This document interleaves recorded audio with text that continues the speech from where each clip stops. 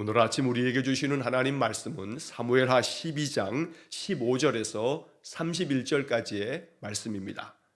사무엘하 12장 15절에서 31절까지의 말씀을 봉독하겠습니다. 나단이 자기 집으로 돌아가니라. 우리아의 아내가 다윗에게 낳은 아이를 여호와께서 치심에 심히 앓는지라. 다윗이 그 아이를 위하여 하나님께 간구하되 다윗이 금식하고 안에 들어가서 밤새도록 땅에 엎드렸으니 그 집의 늙은 자들이 그 곁에 서서 다윗을 땅에서 일으키려 하되 왕이 듣지 아니하고 그들과 더불어 먹지도 아니하더라. 이래만에 그 아이가 죽으니라. 그러나 다윗의 신하들이 아이가 죽은 것을 왕에게 아뢰기를 두려워하니 이는 그들이 말하기를 아이가 살았을 때에 우리가 그에게 말하여도 왕이 그 말을 듣지 아니하셨나니 어떻게 그 아이가 죽은 것을 그에게 아뢰일 수 있으랴. 왕이 상심하시리로다 함이라. 다윗이 그의 신하들이 서로 수군거리는 것을 보고 그 아이가 죽은 줄을 다윗이 깨닫고 그의 신하들에게 묻되 아이가 죽었느냐 하니 대답하되 죽었나이다 하는지라. 다윗이 땅에서 일어나 몸을 씻고 기름을 바르고 의복을 갈아입고 여호와의 전에 들어가서 경배하고 왕궁으로 돌아와 명령하여 음식을 그 앞에 차리게 하고 먹은지라. 그의 신하들이 그에게 이르되 아이가 살았을 때에는 그를 위하여 금식하고 우시더니 죽은 후에는 일어나서 잡수시니 이 일이 어찌 됨이니까 하니 이르되 아이가 살았을 때에 내가 금식하고 운 것은 혹시 여호와께서 나를 불쌍히 여기사 아이를 살려주실는지 누가 알까 생각함이거니와 지금은 죽었으니 내가 어찌 금식하랴. 내가 다시 돌아오게 할 수 있느냐. 나는 그에게로 가려니와 그는 내게로 돌아오지 아니하리라 하니라. 다윗이 그의 아내 바세바를 위로하고 그에게 들어가 그와 동침하였더니 그가 아들을 낳음에 그의 이름을 솔로몬이라 하니라. 여호와께서 그를 사랑하사 선지자 나단을 보내 그의 이름을 여디디아라 하시니 이는 여호와께서 사랑하셨기 때문이더라. 요압이 암몬 자손의 라빠를 쳐서 그 왕성을 점령하며 요압이 전령을 다윗에게 보내 이르되 내가 라빠 곧 물들의 성읍을 쳐서 점령하였으니 이제 왕은 그 백성의 남은 군사를 모아 그 성에 맞서 진치고 이 성읍을 쳐서 점령하소서. 내가 이 성읍을 점령하면 이 성읍이 내 이름으로 일컬음을 받을까 두려워하나이다 하니 다윗이 모든 군사를 모아 라빠로 가서 그곳을 쳐서 점령하고 그 왕의 머리에서 보석 박힌 왕관을 가져오니 그 중량이 금 1달란트라. 다윗이 자기의 머리에 쓰니라. 다윗이 또 그 성읍에서 노략한 물건을 무수히 내오고 그 안에 있는 백성들을 끌어내어 톱질과 썰애질과 철도끼질과 벽돌구이를 그들에게 하게 하니라. 암몬 자손의 모든 성읍을 이같이 하고 다윗과 모든 백성이 예루살렘으로 돌아가니라. 아멘. 자, 어제 12장 1절로 14절 말씀에 이어서 오늘 12장의 나머지 15절에서 31절까지의 말씀을 읽었습니다. 하나님께서 다윗이 범죄하여 바세바를 범함으로 말미암아 그가 잉태한 아이를 하나님께서 치셔서 그 생명을 거두시고 그리고 그로 인하여서 이제 다윗이 하나님 앞에서 그 지은 죄에 대한 로마서 6장 23절에 죄의 삭은 사망이요 라고 하는 말씀을 하나님께서 아주 명확하게 다윗에게 알려주시는 그런 말씀이 오늘 본문의 말씀입니다. 한편 이 말씀 이후에 이제 하나님께서는 다시금 하나님의 이 사람 다윗으로 하여금 하나님이 그에게 맺으셨던 그 약속을 계속해서 기억하고 계시고 그 약속은 지금도 유효하고 다윗이 하나님 앞에 기도했던 것처럼 시편 51편 11절에 다윗의 참회의 기도 가운데 나를 주 앞에서 쫓아내지 마시며 주의 성령을 내게서 거두지 마소서. 하나님께서는 다윗의 이 기도처럼 그를 주님 앞에서 쫓아내지 않으시고 그에 대한 자비를 베푸셔서 다시금 그의 군대가 암몬과의 싸움에서 큰 승리를 거두게 되는 이야기를 우리가 오늘 본문의 말씀에서 보게 됩니다. 자, 우리가 읽은 이 말씀들을 다시 한번 또 읽으면서 이 말씀의 의미를 또 묵상합니다. 자, 15절 말씀해 보시면 나단이 자기 집으로 돌아가니라. 우리아의 아내가 다윗에게 낳은 아이를 여호와께서 치심에 심히 앓는지라. 이 15절의 말씀에 이제 다윗이 우리아의 아내 밧세바를 범함으로 말미암아 임신하게 된 그 아기가 태어났습니다. 그러나 태어나자마자 하나님께서 그 생명을 치셔서 그가 심히 앓게 되고 중한 병으로 일주일 만에 죽게 됩니다. 아이가 병들자 다윗이 그 아이를 위해서 하나님 앞에 간절한 마음으로 금식하며 기도합니다. 16절의 말씀에 다윗이 그 아이를 위하여 하나님께 간구하되 다윗이 금식하고 안에 들어가서 밤새도록 땅에 엎드렸으니, 밤새도록 금식하면서 이 아이를 위해서, 이 귀한 생명을 위해서 하나님의 자비하심을 구하면서 간절하게 기도하였던 겁니다. 17절 말씀에 보면 그 집의 늙은 자들이 그 곁에 서서 다윗을 땅에서 일으키려 하니 하되 다윗이 듣지 아니하고 그들과 더불어 먹지도 아니하더라. 식음을 전폐하고 그 낳은 아이를 위해서 하나님 앞에 간절한 마음으로 기도했던 것입니다. 그러나 안타깝게도 그 다음 18절 말씀에 보면 이래 만에 그 아이가 죽으니라. 이래 만에 그 아이가 죽으니라. 어찌 보면 이 말씀에서 밧세바가 낳은 이 아기가 태어나자마자 큰 중병으로 죽음을 맞이하게 됩니다. 아이의 입장에서 생각하면 어찌 이럴 수 있는가? 하나님, 이 생명에 대하여 어찌 이러실 수 있습니까? 라고 하는 그런 생각을 가질 수 있습니다. 그러나 오늘 이 아기는 다윗이 범죄 가운데 밧세바를 통해서 나온 이 아기는 하나님께서 이 아기를 거두심으로 하나님의 뜻을 다윗에게 아주 명확하게 알려주신 것입니다. 죄의 싹은 사망이요 하나님의 은사는 그리스도 예수 안에 있는 영생이니라. 여기서 우리는 죄의 싹이 사망이라 라고 하는 이 말씀이 다윗의 이 사건을 통해서도 분명하게 드러나는 것입니다. 먼저 이 말씀을 읽으면서 우리가 가져야 할 가장 중요한 사실 하나는 생명의 주인은 하나님이시라는 겁니다.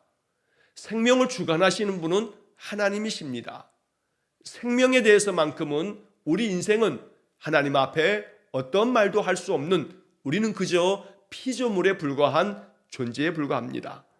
생명의 주인 되신 하나님께서 이 땅에 육신을 주셔 생명을 내게 하시는 것도 하나님이시고 그 생명을 거두어 가시는 것도 하나님이십니다. 그렇기 때문에 오늘 우리는 이 말씀 앞에서 태어난 아기의 입장에서 바라보면 태어나자마자 중한 병으로 생명을 잃게 되었으니 인간적으로 생각하면 어찌 그럴 수 있나? 하나님 참 너무하시네 라고 하는 생각으로 이 말씀을 연민의 눈빛으로 바라볼 수 있습니다. 여러분, 구약 성경에 우리가 출애굽기에서 모세가 태어날 당시에 출애굽기 1장에 보게 되면 이스라엘 백성들이 그 번성하자 이 애굽의 바로 왕은 이스라엘 백성들에게 명령합니다. 산파들에게 명령합니다. 이스라엘 자손들 가운데서 아들이 태어나면 그 아이는 죽여라. 딸이 태어나면 그냥 살려둬도 아들이 태어나면 죽이라고 명령합니다. 그래서 많은 아기들이 태어나면서 아들이 태어났을 때 죽임을 당하였던 것입니다. 간신히 모세는 그의 어머니가 그 아들을 숨겨둠으로써 모세가 생명을 보존하게 되었지만 그 당시에 많은 아기들이 생명을 잃게 됐습니다. 애굽의 바로 왕의 그 악함으로 말미암아 생명을 잃었던 겁니다. 또 한편 우리는 마태복음 2장의 말씀에서 예수님 태어나시고 난 다음에 헤롯 대왕이 예수님께서 태어나셨을 때 동방의 박사들로부터 유대인의 왕이 태어났다는 이야기를 듣고 동방의 박사들로 하여금 아기를 영접하고 오면 어디에서 누가 나셨는지를 파악하고 우리에게 알려달라고 얘기했지만 동방의 박사들이 하나님께로부터 꿈의 그 계시함을 받고 다른 곳으로 간 다음에 헤롯 왕은 바로 유대 땅에 있는 2살 이하의 아들들을 다 죽이도록 명령을 했습니다. 그때도 2살 이하의 많은 아기들이 목숨을 잃게 되었던 겁니다. 아기들의 입장에서 바라보게 되면 태어나자마자 죽임을 당하는 그러한 사건들이 이렇게 출애굽기에도 마태복음에도 일어났던 것입니다. 그러나 우리가 이러한 사건들을 바라보면서 보아야 할 우리의 신앙의 관점은 육신을 가지고 이 땅에 생명으로 태어나는 것 참 귀하고 하나님의 은혜의 그러한 선물임에 분명하지만 생명을 거두심으로써 그 생명을 거두심이 이 땅에서의 육신은 끝난 것 같지만 그러나 생명의 주인 되신 하나님께서 하나님 나라에 그를 받으셔서 하나님 나라에서의 영생함이 있음을 우리가 잊지 말아야 합니다. 그래서 육신의 삶으로서의 삶이 그것이 다가 아니고 하나님께서 그 생명, 그 영혼을 하나님 나라에서 영생하도록 하시는 것이기 때문에 바울은 로마서 6장 23절에서 죄의 삭은 사망이요 라고 하는 말과 함께 하나님의 은사는 그리스도 예수 안에 있는 영생이니라 라고 하는 말씀을 덧붙이심으로써 사망과 영생이 있음을 알려주고 있는 것입니다. 이 태어난 아기가 일주일 만에 죽었습니다. 그러나 그 죽음, 사망은 다윗과 바세바의 그 죄의 삭수로 그가 사망하게 되었지만 그러나 하나님의 은사는 그리스도 예수 안에 있는 영생함이기에 이제 이 귀한 생명에게 하나님은 영생의 복을 허락하여 주시는 것이 성경 전체를 통해서 우리가 보아야 할 중요한 관점입니다. 자, 이렇게 해서 일주일 만에 아기가 죽었습니다. 자, 그러자 다윗의 신하들이 이 사실을 다윗에게 알리는 것을 주저하고 두려워합니다. 왜냐하면 아기가 살아있을 때에 이 왕이 금식하면서 어느 것도 음식도 먹지 않으면서 밤새도록 그렇게 하나님 앞에 기도하는 것을 보았기 때문에 아기가 죽었다라고 하는 것을 이야기하면 왕께서 얼마나 큰 상심 가운데 빠지실까라고 생각하며 왕에게 이야기를 하지 못했던 겁니다. 18절 이하의 말씀에 바로 그러한 상황을 이야기하고 있습니다. 이래 만에 그 아이가 죽으니라. 그러나 다윗의 신하들이 아이가 죽은 것을 왕에게 아뢰기를 두려워하니 이는 그들이 말하기를 아이가 살았을 때에 우리가 그에게 말하여도 왕이 그 말을 듣지 아니하셨나니 어떻게 그 아이가 죽은 것을 그에게 아뢰 수 있으랴. 왕이 상심하시리로다 함이라. 이렇게 왕에게 아기의 죽은 것을 말하는 것조차 두려워할 만큼 그렇게 다윗은 깊은 상심 속에서 하나님 앞에서 간절함으로 기도를 하였던 겁니다. 하지만 하나님께서 그 아기의 생명을 거두어 가심으로 이제 다윗이 신하들이 그렇게 수군거리는 것을 보고 아기가 죽었느냐고 묻습니다. 자, 19절 말씀. 다윗이 그의 신하들이 서로 수군거리는 것을 보고 그 아이가 죽은 줄을 다윗이 깨닫고 그의 신하들에게 묻되 아이가 죽었느냐 하니 대답하되 죽었나이다 하는지라. 자, 이제 그 다음부터 다윗의 모습이 중요합니다. 다윗이 이렇게 금식하며 몇 날 며칠을 하나님 앞에 기도하다가 아이가 죽었다라고 하는 이야기를 듣고 난 다음에 다윗은 이러한 행동을 보여줍니다. 자, 20절의 말씀. 다윗이 땅에서 일어나 몸을 씻고 기름을 바르고 의복을 갈아입고 여호와의 전에 들어가서 경배하고 왕궁으로 돌아와 명령하여 음식을 그 앞에 차리게 하고 먹은지라. 아이가 죽었다는 이야기를 듣자마자 다윗은 그 땅에서 일어나서 자기의 몸을 씻고 정갈하게 기름을 바르고 그리고 의복을 갈아입고 여호와의 성전에 들어갑니다. 아직은 성전이 지어진 것이 아니기 때문에 법궤가 있는 성막, 하나님께 예배하는 곳으로 찾아갔다는 겁니다. 자, 여호와께 나아가서 그가 경배했다라고 말씀합니다. 쉬운 성경에 보면 예배를 드렸습니다 이렇게 번역하고 있습니다. 하나님 앞에 먼저 나아가서 정결한 마음으로 하나님 앞에 예배하면서 그가 하나님께서 그렇게 뜻하신 바 하나님의 뜻을 그대로 이루셨기에 다윗은 그것을 그대로 따르며 순종하는 모습을 보여주고 있는 것입니다. 자, 그래서 하나님 앞에 예배하고 난 다음에 다시금 왕궁으로 돌아가서 명령합니다. 음식을 내오라 하고 음식을 다 먹습니다. 자, 이 모습을 보고 신하들이 의아해서 왕에게 묻습니다. 21절. 그의 신하들이 그에게 이르되 아이가 살았을 때에는 그를 위하여 금식하고 우시더니 죽은 후에는 일어나서 잡수시니 이 일이 어찌 됨이니이까? 자, 이 질문에 대해서 다윗은 이렇게 대답합니다. 22절 이르되 아이가 살았을 때에 내가 금식하고 운 것은 혹시 여호와께서 나를 불쌍히 여기사 아이를 살려주실는지 누가 알까 생각함 이거니와. 23절 지금은 죽었으니 내가 어찌 금식하랴? 내가 다시 돌아오게 할 수 있느냐? 나는 그에게로 가려니와 그는 내게로 돌아오지 아니하리라 하니라. 이것이 다윗이 보여주고 있는 모습입니다. 어찌 보면 그냥 단순하게 생각하게 되면 야, 참 다윗이 비정하다라고 이렇게 생각할지 모릅니다. 아이가 일주일 만에 죽었을 때 그 아이를 위해서 일주일 동안 그렇게 금식하며 눈물 흘리면서 식음을 전폐하듯 기도하였던 다윗이 아이가 죽었다라고 하는 소리를 듣자마자 하나님께 가서 예배하고 난 다음에 음식을 차려 먹으면서 아무 일도 없었다는 듯이 이런 모습을 보여주자 신하들은 매우 당황했던 것 같습니다. 그러나 다윗은 분명하게 이야기하기를 아이가 살아있을 때에는 내가 금식하며 울며 하나님 앞에 기도하면서 하나님께서 나를 불쌍히 여기사 이 아이를 살려주실까, 그래서 하나님 앞에 간절히 기도했지만, 그러나 이제 이 아이가 죽었으니 내가 금식하는 것이 어떤 의미가 있을 거며 내가 탄식하며 눈물 흘리는 것이 어떠한 뜻이 있겠느냐고 이야기하는 것입니다.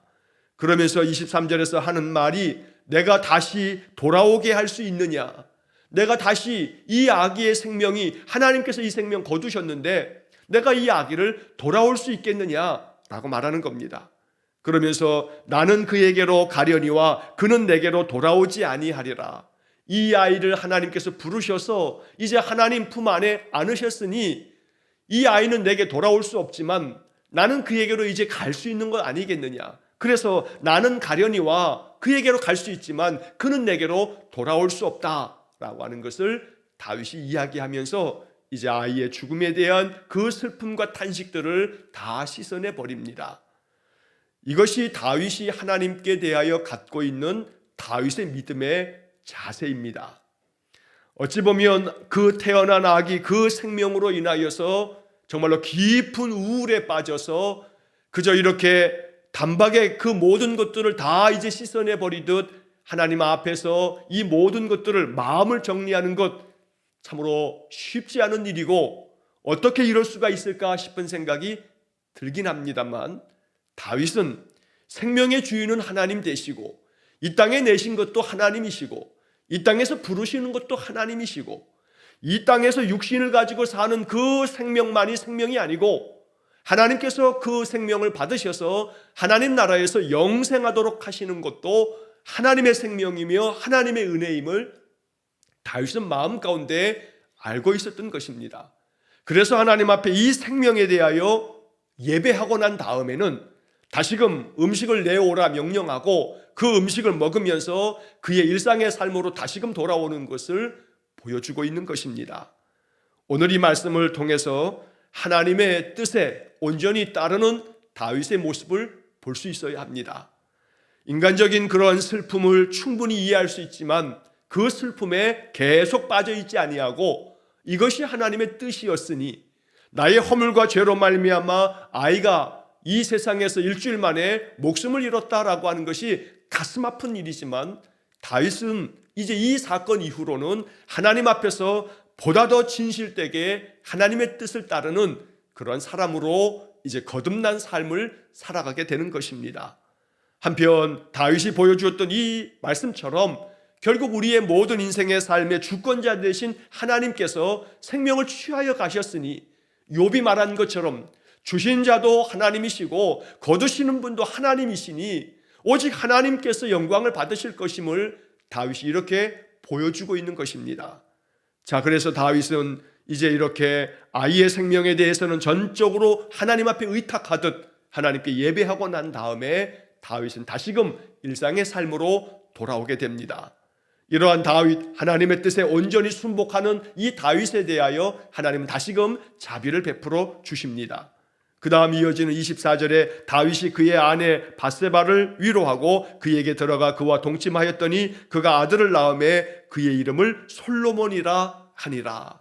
하나님께서 이제 다윗과 밧세바 사이에 다시금 새로운 생명을 주셨는데 그 생명이 바로 솔로몬이었던 겁니다. 그리고 하나님께서 그 솔로몬을 사랑하셔서 그 다음 이어지는 말씀에 여호와께서 그를 사랑하사 선지자 나단을 보내 그의 이름을 여디디야라 하시니 이는 여호와께서 사랑하셨기 때문이더라. 다윗과 바세바는 그 아들의 이름을 솔로몬이라 지었지만 하나님께서는 나단 선지자를 다시 보내서 이 아이의 이름을 여디디아라고 해라 라고 이렇게 말씀해 주십니다. 여디디아라고 하는 이름의 뜻은 여호와의 사랑을 받은 자라고 하는 뜻입니다. 여호와의 사랑을 받은 자. 하나님께서는 다윗에게 선지자를 통해서 이 이름을 지어주시면서 하나님의 사랑을 받은 자, 바세바를 통해서 낳았던 첫 번째 아이는 죄의 싹슨 사망으로 하는 그 생명을 거두어 가셨지만, 그러나 하나님 다시금 다윗에게 은혜를 베푸사 여디디아라고 하는 아들을 허락해 주셨다는 것입니다. 이것이 하나님의 신실하심입니다. 내가 너와 너의 집을 견고하게 하겠다라고 하는 다윗 언약, 사무엘하 7장에서 보았던 하나님의 약속은 계속하여 이어졌던 것입니다. 이것을 위해서 다윗이 하나님 앞에서 진심 어린 마음으로 시편 51편에 기록된 것처럼 하나님께 전심으로 참여하였기 때문에 하나님께 참여하는 자들을 하나님 사하시고 그의 삶들을 회복시켜 주시는 것이 바로 이 사무엘하 12장 15절로 31절의 말씀을 통해서 우리가 발견해야 할 아주 중요한 하나님의 은혜의 말씀이 되는 것입니다. 자, 이처럼 하나님께서는 다윗에게 바세바를 통해서 솔로몬을 낳게 하시고 이 솔로몬은 이제 다윗을 이어서 이스라엘의 왕이 되어집니다. 자, 그 다음 이어지는 26절 이하서부터 31절까지의 말씀에서는 다윗의 군대 장관 요압이 암몬을 가서 싸워 그 땅을 점령하면서 이제 마지막 순간에는 다윗 왕에게 오셔서 이 암몬 땅을 완전히 점령하십시오. 그래서 왕께서 영광을 받으십시오 라고 이렇게 하면서 다윗이 바로 이 암몬 땅을 이제 점령하는 그러한 이야기를 우리가 보게 됩니다. 다윗으로 하여금 다시금 승리를 경험하게 하심으로 하나님께서 다윗으로 하여금 이기게 하셨다라고 하는 앞장에서의 그런 말씀들처럼 하나님께서 다윗을 다시금 붙잡아 주시고 다윗의 삶을 회복시키사 승리하게 하셨다라고 하는 말씀을 그 다음 이어서 이렇게 덧붙이고 있는 것입니다. 자, 26절의 말씀에 보면 요압이 암몬 자손의 랍바를 쳐서 그 왕성을 점령하매, 자, 여기 랍바라고 하는 것은 바로 이 암몬 땅의 수도라고 말씀을 드렸습니다. 자, 27절에 요압이 전령을 다윗에게 보내 이르되 내가 랍바 곧 물들의 성읍을 쳐서 점령하였으니, 이 랍바라고 하는 것은 야복강 상류 쪽에 세워져 있는 그런 도시입니다. 이 야복강 상류에서 세워진 이 랍바라고 하는 이 도시는 야복강 상류에서 그 수원지를 가지고 있기 때문에 아주 번성한 그런 성읍을 이루었습니다. 그래서 물들의 성읍이라고 말하는 것은 바로 그러한 까닭입니다. 자, 그러면서 이제 왕에게 말하기를 28절, 이제 왕은 그 백성의 남은 군사를 모아 그 성에 맞서 진치고 이 성읍을 쳐서 점령하소서. 내가 이 성읍을 점령하면 이 성읍이 내 이름으로 일컬음을 받을까 두려워하나이다. 자, 요압은 왕에게 이렇게 이야기를 하는 겁니다. 내가 이 성읍을 다 점령하여 버리고 나면 이 성읍에서의 승리는 내게 영광이 돌아올 것 같으니 왕께서 오셔서 나머지를 다 점령하셔서 왕께서 승리를 거두셨다라고 왕이 영광을 받으셔야 하지 않겠는가라고 왕에게 이렇게 전령을 보내서 말하였던 것입니다. 자, 29절에 다윗이 모든 군사를 모아 랍바로 가서 그것을 쳐서 점령하고 그리고 많은 전리품들을 가지고서 돌아옵니다. 또 많은 포로들을 잡아서 돌아와서 그 포로들로 하여금 톱질과 썰애질과 철도끼질과 벽돌구이를 그들에게 하게 했다라고 하는 말씀을 우리가 31절에서 보게 됩니다. 그리고 마지막 이제 31절의 말씀 마지막 부분에서 암몬 자손의 모든 성읍을 이같이 하고 다윗과 모든 백성이 예루살렘으로 돌아가니라. 승리를 거두고 다시금 예루살렘으로 돌아갔다. 이 마지막 구절은 의미하는 바가 있습니다. 이제 승리를 거두고 돌아옴으로써 다윗의 모든 삶이 다시금 하나님의 은혜를 회복하게 되었다라고 하는 것을 말씀하고 있는 것입니다. 물론 이것으로서 다윗이 바세바를 범한 이 범죄가 그거에 대한 하나님의 징계하심이 끝나는 것은 아닙니다.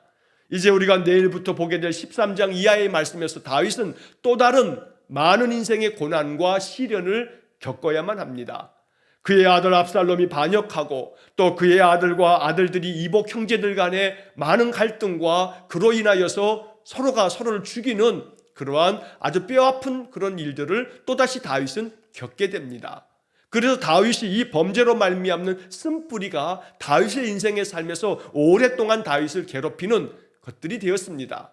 한편 그러한 쓴뿌리들은 다윗으로 하여금 결국 하나님 앞에서 언제나 성결함으로 하나님 뜻 안에 거하여 살아야 한다라고 하는 것을 마치 가시처럼 다윗을 계속해서 경계하도록 만들었던 겁니다.